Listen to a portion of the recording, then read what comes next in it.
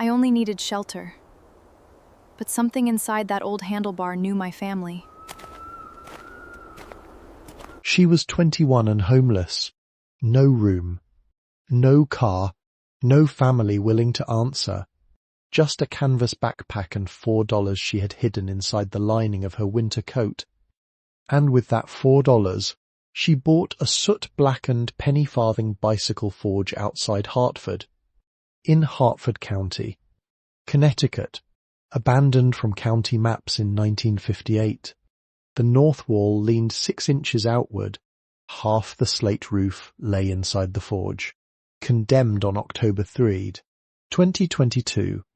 It was marked for demolition before the first spring thaw. Inside a curved ram's horn handlebar, sealed behind a leather-wrapped cork for more than a century, waited a silver bearing, a notebook, and enough money to alter the balance of her life. Before we continue, if stories like this mean something to you, hit subscribe and tell us in the comments where you're watching from. We love seeing how far these stories travel. Sylvie Mercer had been balancing her whole life without knowing it. She grew up in rented rooms where the walls changed colour every year and the clocks never belonged to them. Her mother, Elaine, cleaned offices after dark. Sylvie learned to pack quietly, fold shirts around breakable things, and tell from an envelope's angle whether it carried a bill or an apology. Her father left before she remembered his voice. Elaine kept one photograph of him face down in a drawer, because disappointment was easier when it had no eyes. She taught Sylvie to count grocery money twice and never borrow what could not be returned. The only place that stayed the same was her grandfather Gideon Mercer's shed in New Britain. Every Saturday at 8 he opened the doors, set a kettle on the coal stove, and placed 2 chipped mugs beside a bench, crowded with bicycle lugs, spoke dies, and blackened files. Gideon had built racing frames for 43 years.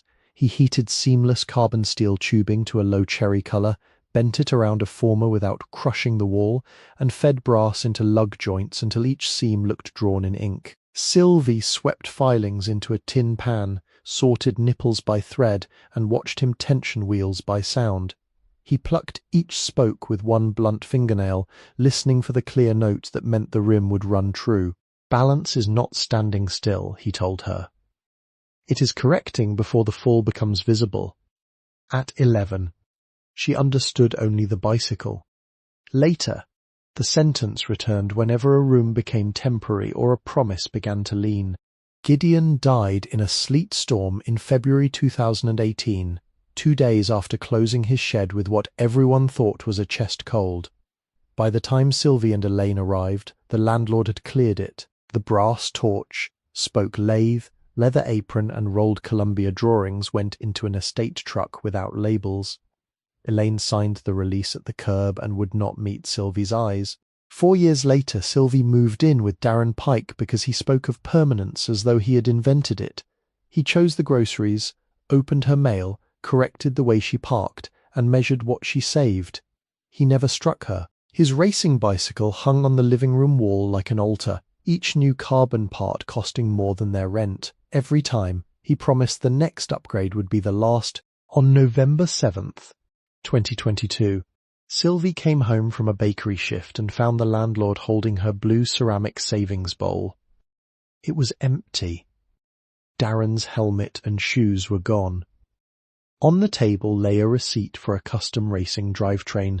The landlord set the bowl beside her backpack. You have 10 minutes.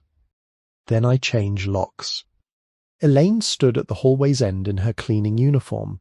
Sylvie had called from the bakery and believed her mother was coming to help, but Elaine looked at the receipt, then at the landlord, and closed both hands around her purse strap. She said nothing. When Sylvie lifted the backpack, the bowl rolled against the baseboard and cracked through the glaze. Elaine stepped aside so her daughter could pass. For 6 weeks, Sylvie followed the Connecticut River as winter tightened.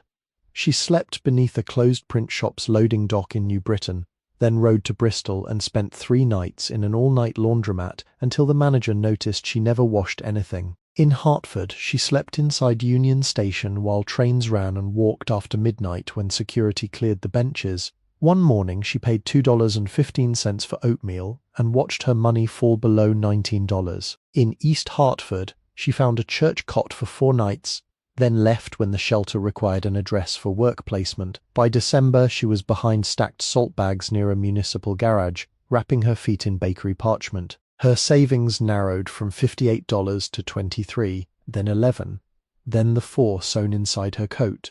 She did not touch them. Gideon had taught her to hide emergency money where panic could not spend it.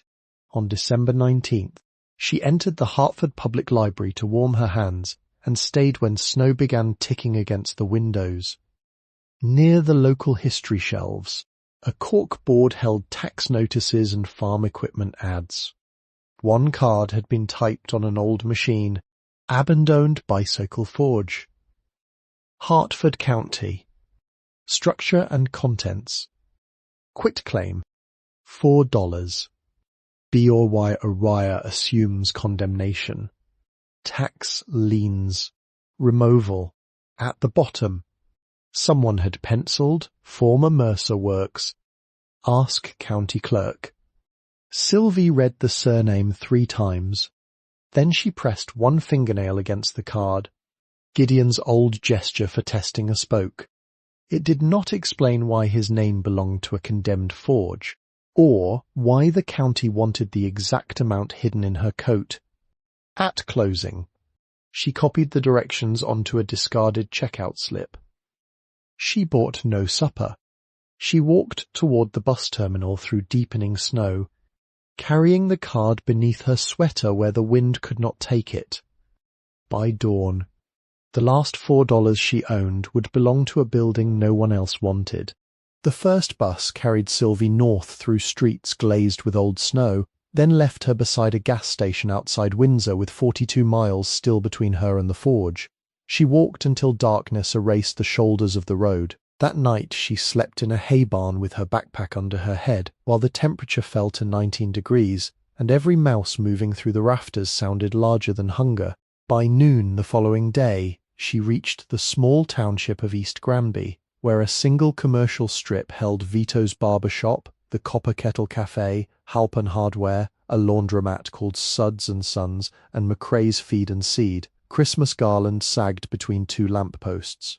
No one stopped her, though. Several people noticed the young woman with salt whitening her boots. The county annex occupied a former savings bank on Center Street. Its granite steps had been worn shallow in the middle, and the brass rail was cold enough to sting her palm. Inside, fluorescent lights hummed above a row of wooden chairs. A paper snowflake hung in the teller window, where tax deeds were processed. The clerk sat behind glass, wearing half-moon spectacles on a silver chain. Her nameplate read MRS, Evelyn Harrow, Land Records. Sylvie slid the classified card beneath the opening. Mrs. Harrow read it, then looked at Sylvie's backpack, damp sleeves, and reddened hands. You understand there is no heat? Yes, ma'am. You understand the well has not been tested? Yes, ma'am. You understand the county can order demolition? Yes, ma'am. You understand $4 does not clear the liens? Yes, ma'am. Mrs. Harrow removed her spectacles. Do you have the $4? Sylvie opened the seam inside her coat with a thumbnail. The bills came out soft from years of folding, 3 1s and a 4th nearly split at the crease. Mrs. Harrow flattened them beneath a blotter, then brought out a deed packet thick with warnings. Sylvie signed where the clerk tapped, writing her full name in careful letters. The brass county stamp came down with a dense mechanical crack. Mrs. Harrow gave her a narrow key, dark with age, and directions written on the back of an expired tax envelope. Take Route 187 north. Turn onto Spoonville Road before the old church. Walk 1.5 miles. At the stone culvert, follow the unmarked lane west toward the marsh. The forge is beyond the second stand of walnuts. She had begun returning the papers when her finger stopped over the signature. Mercer, she said. Sylvie tightened one strap of the backpack. Yes, ma'am. Any relation to Gideon Mercer? The room seemed to draw inward around the clerk's voice. He was my grandfather, Mrs. Harrow leaned back. The silver chain of her spectacles trembled against her cardigan. He came here every October for 19 years, paid the minimum tax on that ruin with cash, and asked me not to send notices to his house. Sylvie looked toward the stamped deed. He owned it? Not officially. His mother's family did. The title broke apart after an estate dispute in the 50s. Gideon kept the county from taking it until his payments stopped, Mrs. Harrow opened a ledger and ran one finger down a column. Last payment was October 12th, 2017. 4 months before he died. He never told me. He never told anyone much, Mrs. Harrow studied Sylvie's face. Not unkindly. He used to ask whether the forge was still standing. I told him it was, though some years that felt generous. She opened the cash drawer and placed Sylvie's $4 inside. After a moment, she removed the most worn bill and tucked it beneath the corner of her desk blotter. For the record, she said, the county received full payment. Outside, snow had begun again, small dry grains that moved sideways across Center Street. Sylvie followed Route 187 past houses with smoke rising from their chimneys and fields where corn stubble stood through ice. On Spoonville Road, a man repairing a mailbox lifted 2 fingers from his glove. A red hound beside him barked once, then watched her pass without leaving the porch. The lane began at a stone culvert almost hidden by brambles. Black walnut trees stood along it in 2 uneven rows, their limbs bare and jointed against the afternoon sky. Beneath them, old husks had softened into dark stains in the snow. The path descended toward marsh grass, crossed a strip of frozen ground, and ended at the forge.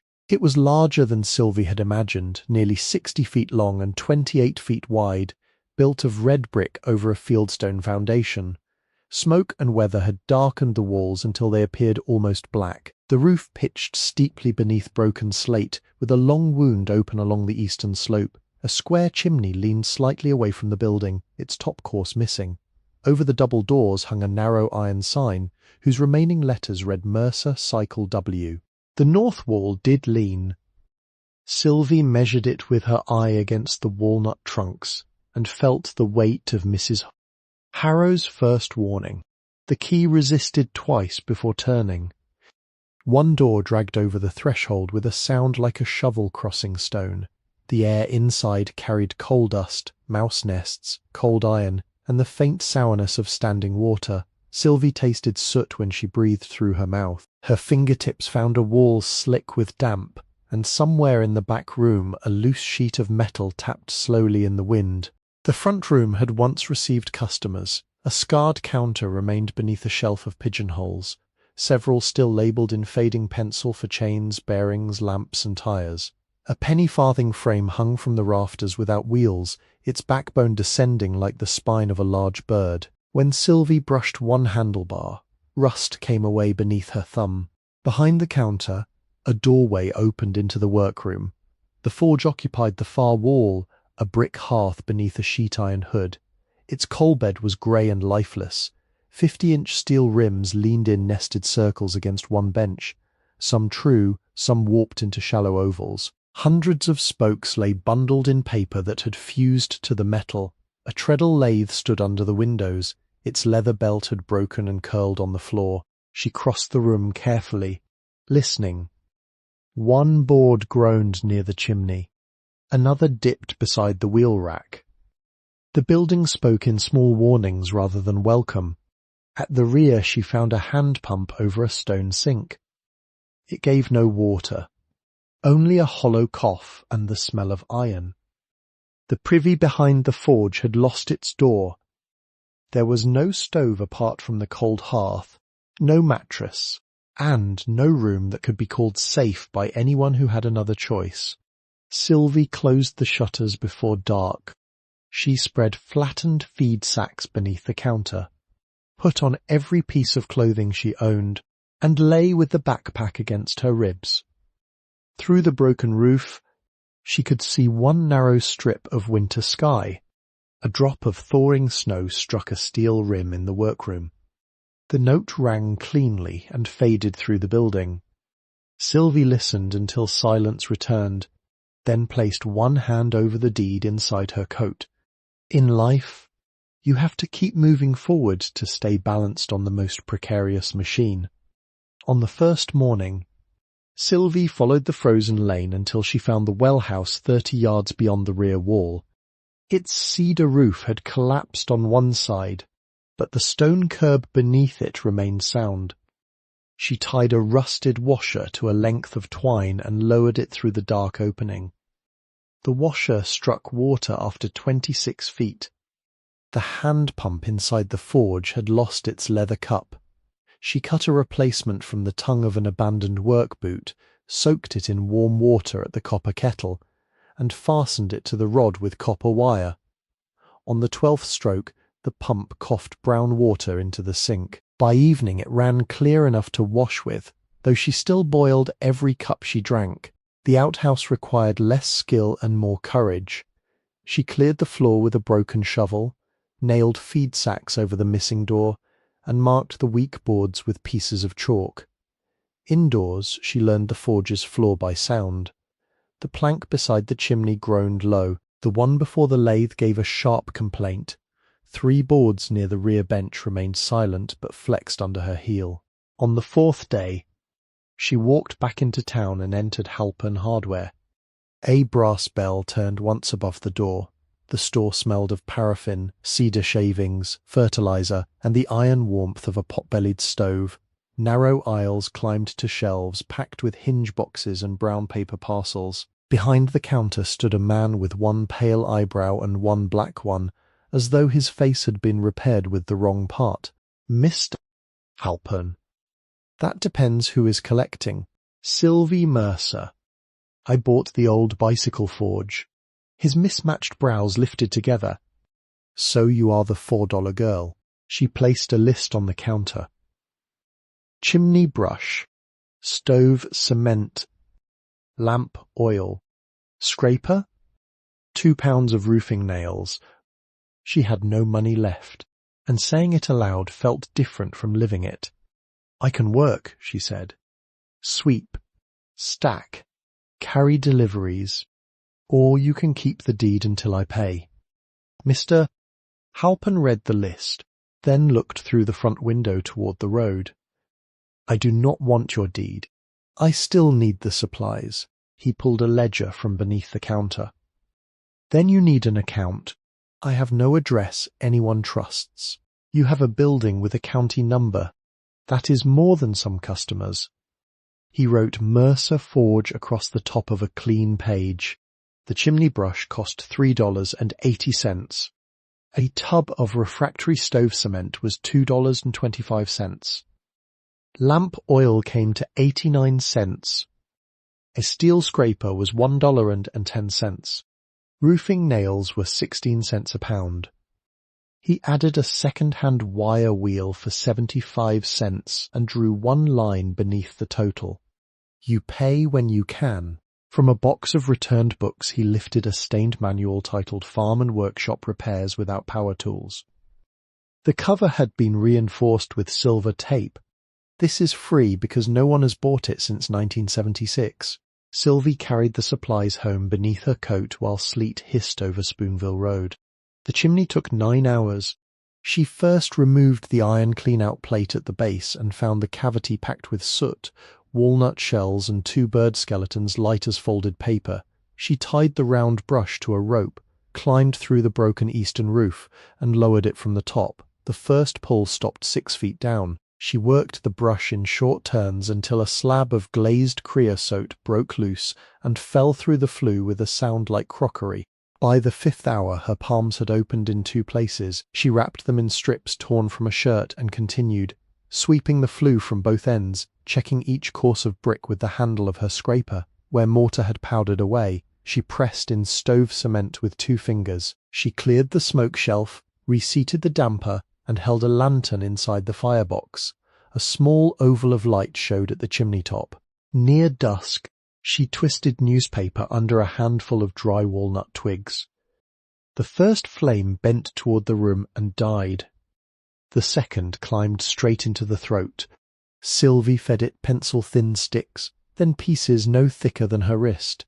The bricks began to warm, dust lifted from the hood in a bitter grey veil, and the old iron expanded with a series of soft ticks. She heated well water in a dented saucepan, stirred in oats Mr. Halpin had placed inside the manual, and ate her first hot meal in the forge while sitting on an overturned spoke crate.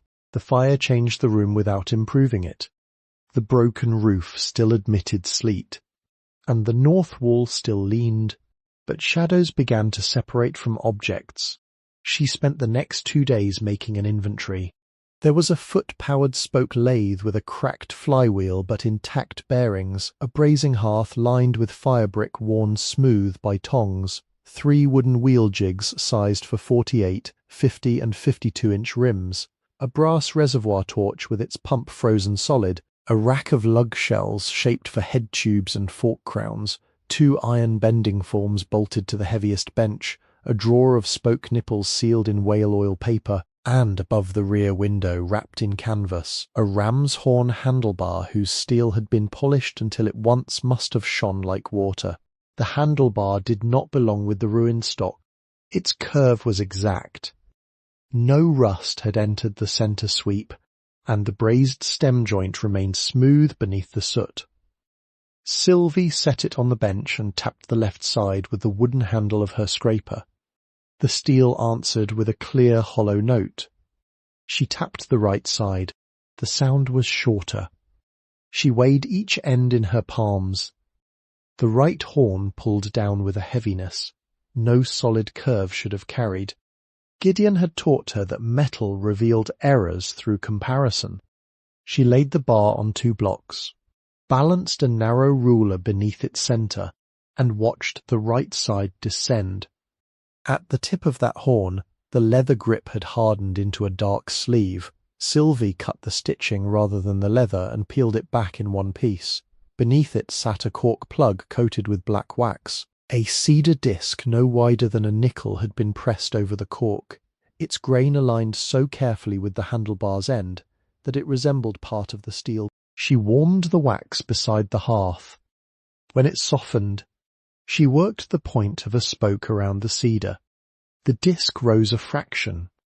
She stopped, shifted the spoke, and lifted again until the seal came free without splitting. The air inside the tube smelled of old leather and machine oil. A narrow package slid out after several patient turns. Then another. The last object lodged near the bend. Sylvie threaded a wire hook through the hollow and drew it forward a 1/4 inch at a time. She placed everything on a folded feed sack. The first package contained 2 small riffling files, their handles made from rosewood darkened by use. The second held a brass spoke gauge engraved G. Mercer and Sons, a roll of oiled cloth opened around 6 silver steel drill bits, each ground by hand. Behind them lay 3 short pieces of seamless tubing, untouched by rust, and a bar of brazing brass wrapped in newspaper dated March 1892. The object from the bend was a tin box built long and narrow to fit the tube. Its lid was secured with linen thread. Sylvie cut 1 knot and unwound the thread without breaking it. Inside lay a small notebook, a cast silver ball bearing nested in lamb's wool, and packets of currency flattened to the shape of the handlebar. The silver sphere was so exact that it rolled across the tin lid without trembling. Its surface held 1 stamped mark, M7. She did not open the notebook. First she counted the money. She carried the tin box to the front counter, closed both shutters, and set the lantern between 2 steel rims so its light could not be seen from the lane. The bills were old but legal, stored in waxed envelopes by denomination. She counted them once, then again touching each corner with the same finger. $20 notes, 10s, 5s, own ones. Beneath the paper money lay a cotton pouch of coins, 20 Liberty Head half-eagles, 32 Morgan silver dollars, 48 Barber half dollars, and 19 Indian head cents. At the bottom rested a tarnished purple heart engraved Elias Mercer. 1918. Sylvie wrote each amount in the margin of the repair manual, added the columns, and checked them against one another until the sum remained unchanged. $34,900. The number did not fit inside the forge. It did not fit beside her cracked savings bowl, the station benches, or the $4 beneath Mrs. Harrow's blotter. Sylvie gathered the packets back into the tin box, separating the medal from the currency and wrapping it in the cleanest piece of cloth she owned. The notebook remained closed. Outside, night had settled over the marsh. Sylvie carried the box beneath her coat and walked to the edge of the frozen creek. Water moved beneath the ice in a low, persistent murmur. She sat on a stone until the lantern glow in the forge window became a small amber square behind the walnut trees. The money could buy food, a room, a roof, and every tool on Mr.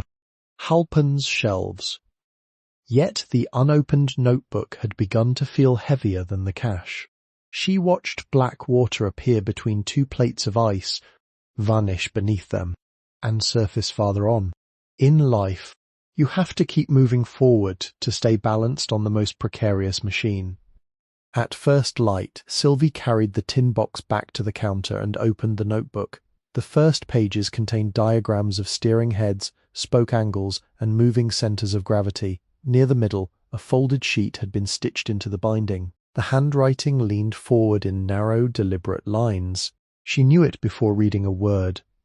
Gideon had used the same hand on birthday cards, tool labels, and the paper sacks in which he sent her home with bent spokes to straighten.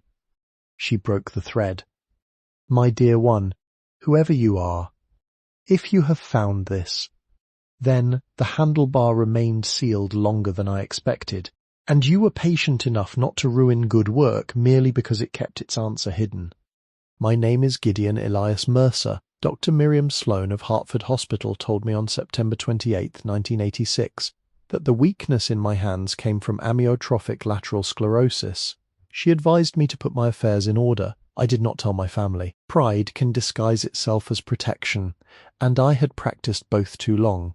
This forge began with Amos Mercer, born in Norwich in 1829, who repaired carriage springs before building high-wheel bicycles in Hartford in 1878.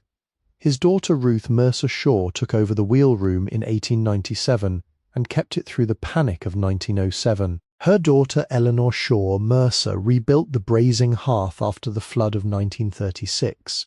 Eleanor's son, my father, Elias Gideon Mercer, worked here until he left for France in 1917. He died near the Meuse Argonne in October 1918 and never saw the sun born after his departure. The medal in the box was his. The Mercer Cycle Works closed on June 14, 1952. I locked the rear door myself. For more than 30 years afterward, I came back once each autumn, swept one room, oiled what could still be saved, and paid enough tax to keep the county from taking the walls. I could not reopen it, and I could not surrender it. Those are different failures, though they may look alike from the road.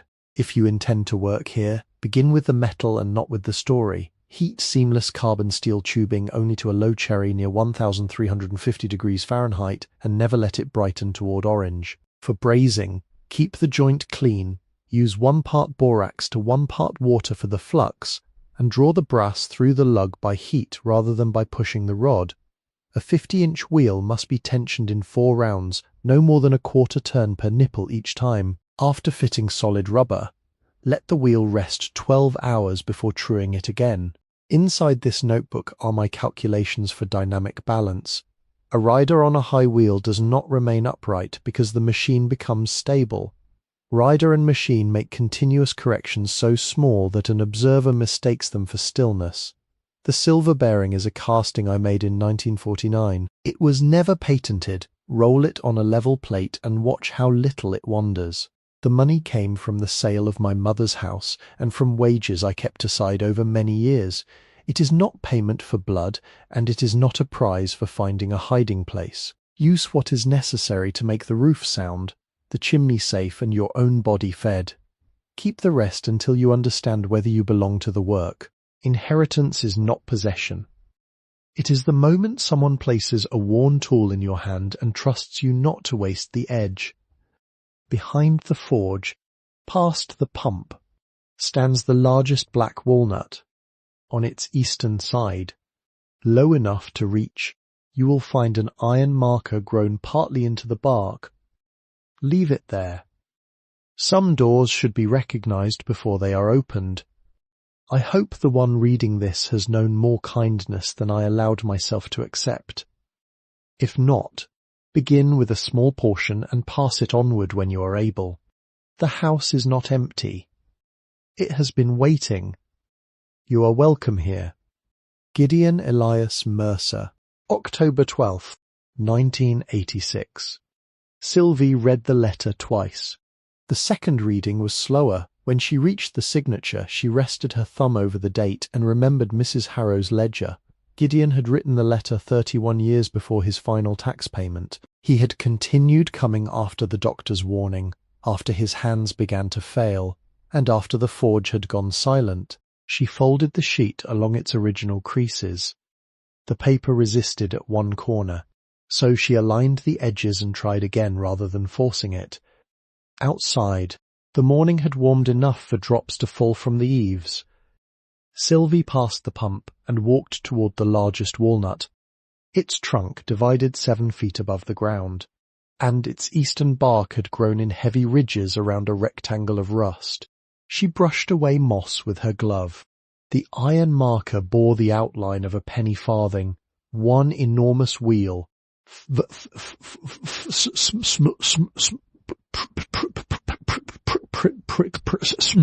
trailing wheel, and a single line between them. Beneath it, almost swallowed by the tree, were 3 stamped letters, G, E, M. Sylvie did not pry at the plate. She placed her palm against the bark above it.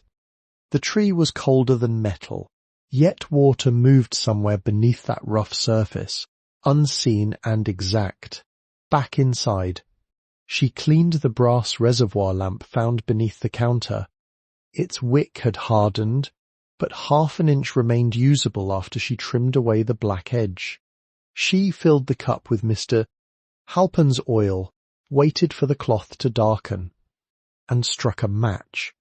The flame rose unsteadily, then settled behind the cloudy glass. Its light fell across the spoke gauge, the silver bearing, and Gideon's folded letter. Sylvie began to see how she had reached the forge through hands that had asked for nothing in return.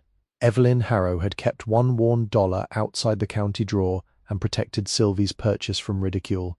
Jacob Halpin had opened a credit account without requesting proof she could repay it. Leonard Price, the man beside the Red Hound, had later left a covered bucket of clean well water at the lane. At the East Hartford church, Maribel Soto had given Sylvie the lower cot nearest the radiator and pretended not to notice when she wrapped 2 breakfast rolls in a napkin. None of them had changed the whole course of her life in one grand gesture. Each had corrected its direction by a fraction. Perhaps someone once offered you a kindness small enough that they may have forgotten it, a warm meal, a ride home, a patient answer, a door held open when you had nowhere else to go. Tell us about that kindness in the comments, and, if you can, tell us how you carried it forward. That night, Sylvie returned the money to the tin box and slid it beneath the feed sacks under her head. She placed the spoke gauge, the silver bearing, and Gideon's letter beside her blanket. The brass lamp burned low on the counter until sleep came.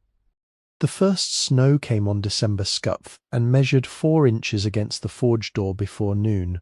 Sylvie stood beneath the broken eastern slope and watched white powder fall through the rafters onto the wheel jigs. She carried the repair manual to the brass lamp and read the roofing chapter 3 times, once for sequence, once for measurements, and once for the parts that could kill her. The roof measured 60 feet by 16 feet on each slope, allowing for overlap and waste. She calculated 41 bundles of cedar shingles, 6 rolls of felt, and 28 pounds of galvanized nails. The full quantity was beyond even the money she had permitted herself to use, so she repaired the eastern half first and covered the western breaks with tarred canvas. Jacob Halpin delivered the materials in a feed truck. Before leaving, he placed a roofing hatchet on the counter. Its handle had been polished almost white by another hand. "My brother's," he said. "He won't need it." A former roofer named Walter Keene arrived the following morning. He was 73, narrow as a ladder, and wore a green wool cap pulled to his eyebrows. When Sylvie asked what he charged, he opened the hatchet blade with his thumb and tested its edge. "Nothing you can afford." They worked 11 days. Walter showed her how to brace the weakened frame with a sister rafter, bolting sound spruce alongside the split timber, rather than trusting nails driven into old damage. He snapped a chalk line across the felt and taught her to set each roofing nail with 3 strokes, one to place it, one to drive it, and one light finishing blow. "That nail's proud." Sylvie leaned across the shingles. "Pull it." By December 15th, the eastern roof lay straight beneath a clean pattern of cedar. The final afternoon was windless. Sylvie climbed down, carried the ladder away from the wall, and returned to the workroom while snow began melting from the new eaves in a steady line. For the first time, nothing fell through that side of the roof. January exposed what the first fire had hidden.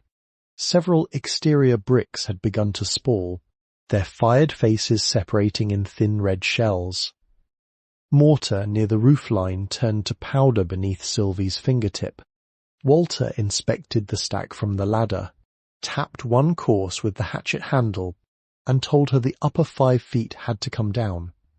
She dismantled it brick by brick, numbering the sound ones in chalk. Jacob supplied hydraulic lime and fireclay, and Sylvie mixed 3 parts sand to 1 part lime, adding 1 part fireclay for the courses nearest the flue. She kept the mortar stiff enough to hold a ridge beneath the trowel, then dampened each old brick so it would not draw the water out too quickly.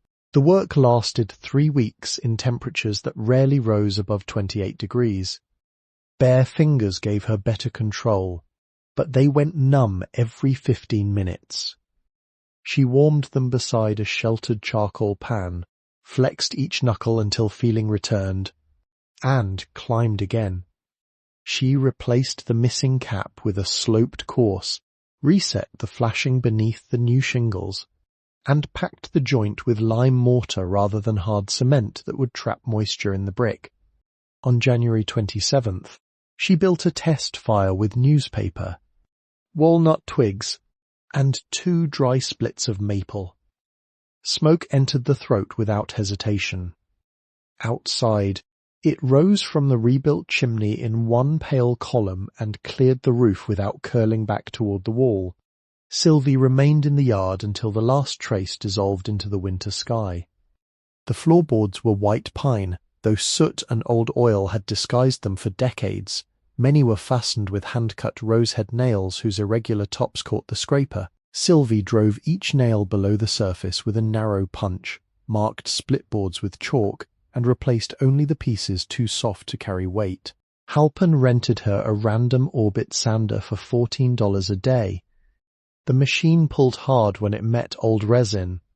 Sylvie worked with the grain and kept the cord over one shoulder, making 3 passes through each room, 80 grit to remove the blackened surface, 120 to level the scratches, and 220 to close the fibers without polishing them too smooth for oil.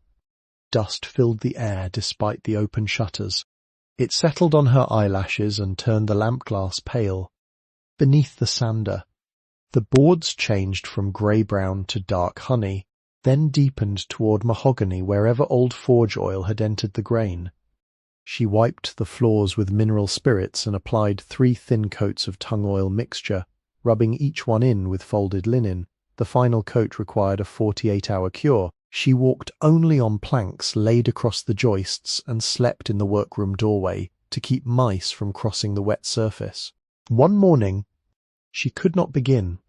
Her arms trembled before she lifted the sander, and the smell of oil made her stomach tighten.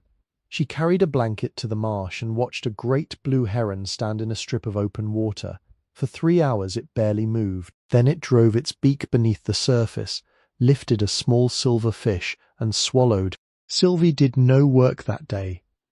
The following morning, she returned to the front room, put on her dust mask, and completed the final pass without hurrying. There were 8 windows in the forge. 3 had no glass. 4 were cracked from corner to corner. The last held a single wavering pane dated in the ledger to 1788, salvaged from an earlier carriage shop and installed when the forge was built. Sylvie preserved it exactly as she found it, including the bubbles caught inside the glass. She removed the other sashes, labelled each weight pocket, and scraped away hardened putty with a chisel warmed beside the hearth. New panes came from a glazier in Windsor who cut imperfect restoration glass at half price. Jacob showed her how to knead DAP 33 glazing putty until it warmed in her palm, press a narrow bedding line into the rabbet, and set the glass without squeezing the compound away. She fixed each pane with glazing points, then drew the putty knife along the edge at a steady angle so the bevel disappeared behind the sash from indoors. The old sash cords had rotted to fibres. Sylvie replaced them with 1/4-inch cotton cord, lowering each counterweight carefully into its pocket and securing it with a figure-8 knot that tightened under load but could still be untied. The 7th window stuck halfway. She removed the sash twice before finding a bent nail hidden beneath the stop. The 8th opened on the first pull. As she wiped the final pane, a chickadee landed on a black walnut branch outside. Its feet closed around the thin wood while the branch moved beneath it. The bird looked through the new glass, tilted its head once, and flew toward the marsh. Sylvie lowered the sash until the meeting rails touched. The room became quiet, not because the winter had ended, but because the windows now knew how to keep it outside. The plaster near the chimney failed 3 times. The first patch sagged before dusk. The second dried too quickly and opened in a web of cracks. The third stayed on the wall for 2 days, then fell when the chimney warmed, landing intact on the floor like a broken plate. Behind it, Sylvie found horsehair plaster pressed over hand-split oak lath. The surviving work was coarse but flexible, strengthened by dark fibres that bent rather than snapped. Jacob brought an old burlap bag from his barn. My father kept this for plaster. Inside was clean horsehair, cut into short lengths. Sylvie mixed it into lime plaster until each handful held together without clumping. She dampened the lath and pressed on a scored scratch coat, drawing horizontal keys through the surface. The brown coat followed at 3/8 of an inch and cured for 72 hours beneath damp cloth. Last came a 1/8 inch finish coat, worked smooth with a wooden float. The repaired wall was not perfectly flat. It carried the shallow movement of her hand. These patches will hold another 100 years. Doris Bell, owner of the Copper Kettle Cafe, had silver hair pinned with 2 crossed pencils. Twice a week she left a paper bag on the forge doorstep containing soup, bread heels, and whatever pie had not sold by closing. When Sylvie brought coins to the cafe, Doris pushed them back across the counter with one flour-marked finger. "Pay me in candles when the shop reopens."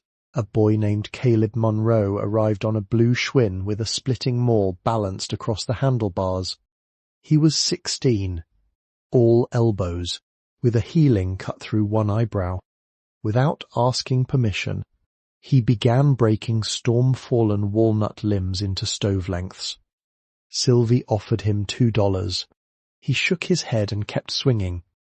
My mother said, "About your grandfather." He did not explain what his mother had said.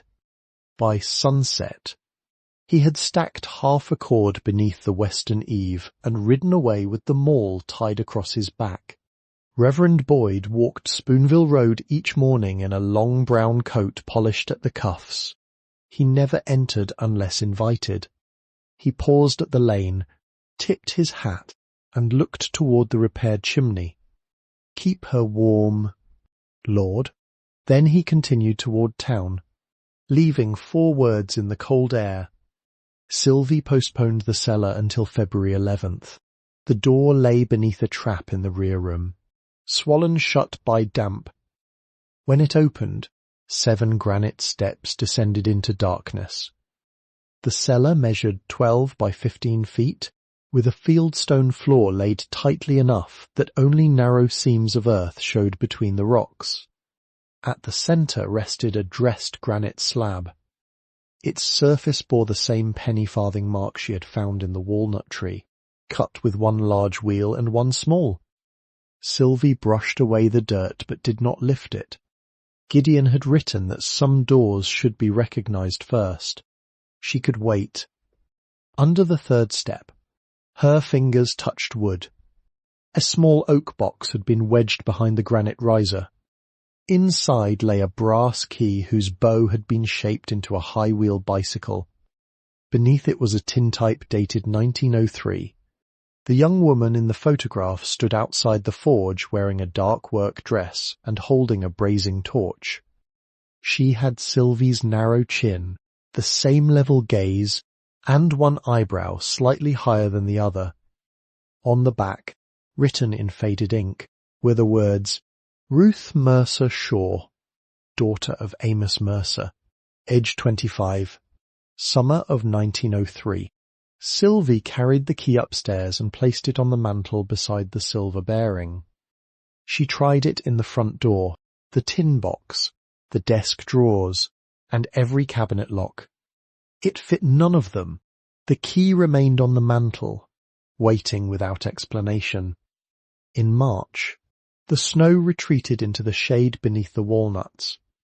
The creek grew loud with meltwater, and by April the branches carried pale green catkins that shook pollen across the lane. Sylvie did not begin building a bicycle that spring. The tubing was too rare, the old lugs too important, and her hands still lacked the memory Gideon's had carried.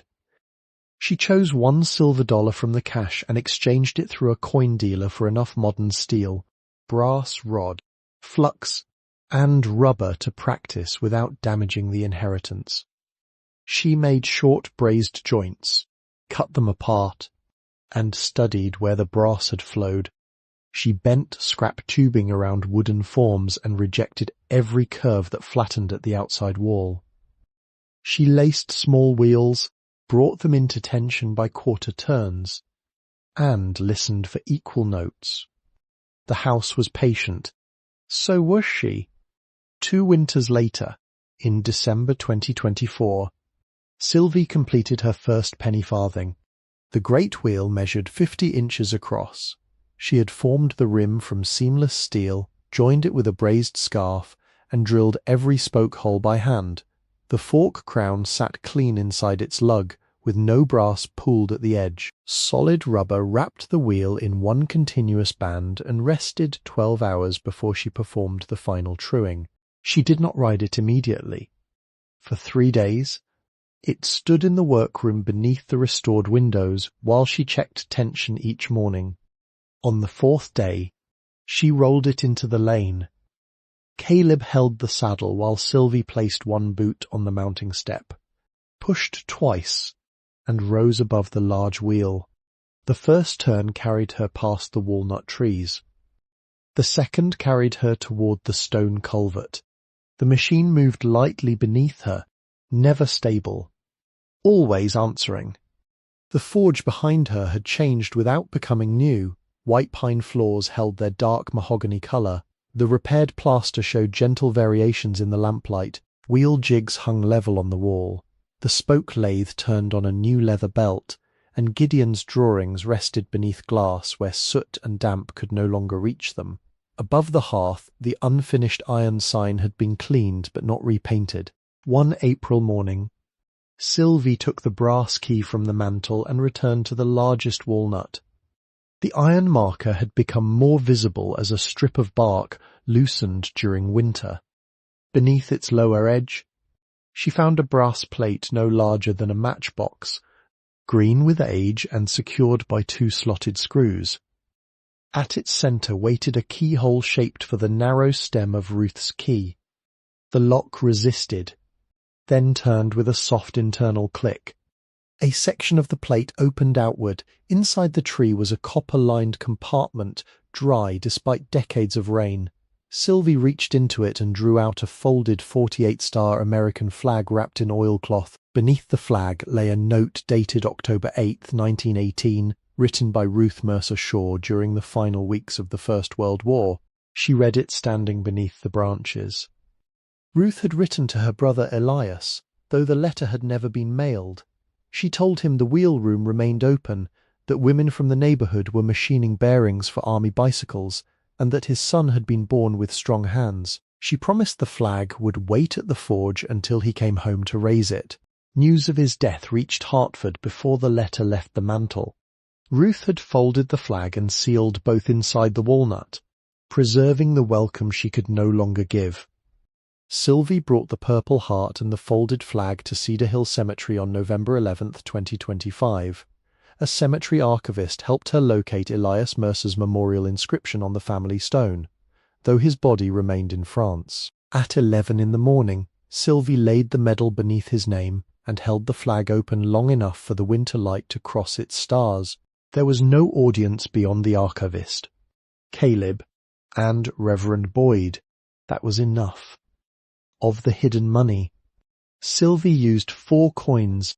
1 silver dollar paid for her first practice materials.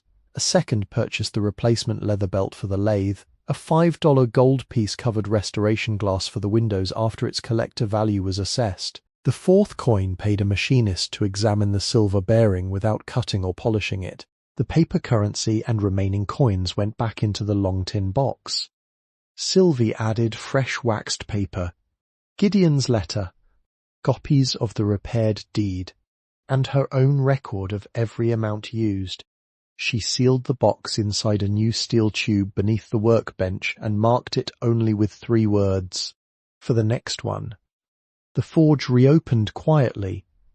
Doris pinned an index card to the copper kettle corkboard. Mercer high wheel repairs. Wheels trued. Frames brazed. Saturdays by appointment. The first customer brought a bent 1890s wheel from his grandfather's barn. The second mailed a cracked fork from Rhode Island. By autumn, a notebook beside the front door held more than 40 names, though Sylvie accepted only the work she could finish without haste. She still swept the floor each evening and covered the lathe before leaving. On cold mornings, she lit the hearth before opening the shutters. Some Saturdays brought no customers at all. She used those hours to file lugs or practice spoke threads while the marsh moved quietly beyond the glass. Caleb returned one May afternoon carrying a wooden sign wrapped in a horse blanket. He had grown broad through the shoulders and wore the same scar through his eyebrow.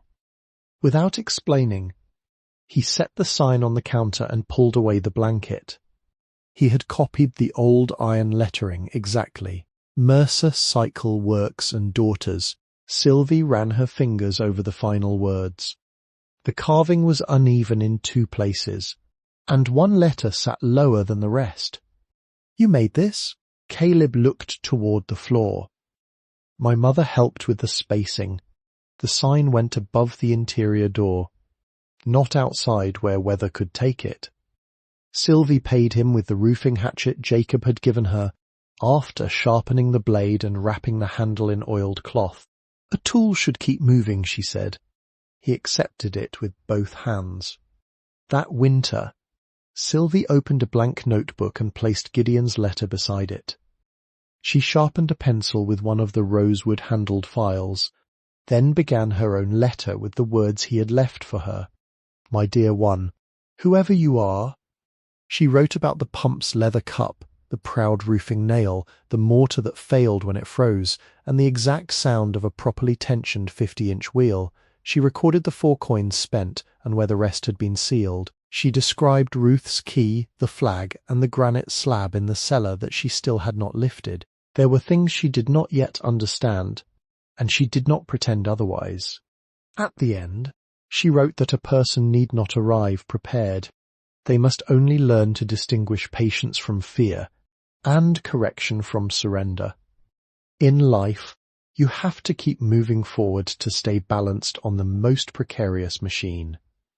She folded the letter but did not seal it. There would be more to add. Outside, evening settled along Spoonville Road. A chickadee moved through the walnut branches, and smoke rose cleanly from the chimney. Sylvie wheeled the completed penny-farthing into the workroom, wiped the rims, and closed the double doors against the cold. The penny-farthing bicycle forge waits. It has always waited. In the county annex. Evelyn Harrow retired the following spring. Her replacement found an old $1 bill beneath the corner of the desk blotter, nearly split along its crease. A note in Evelyn's hand was clipped to it. First payment received in full. Do not spend. The bill remained in the drawer.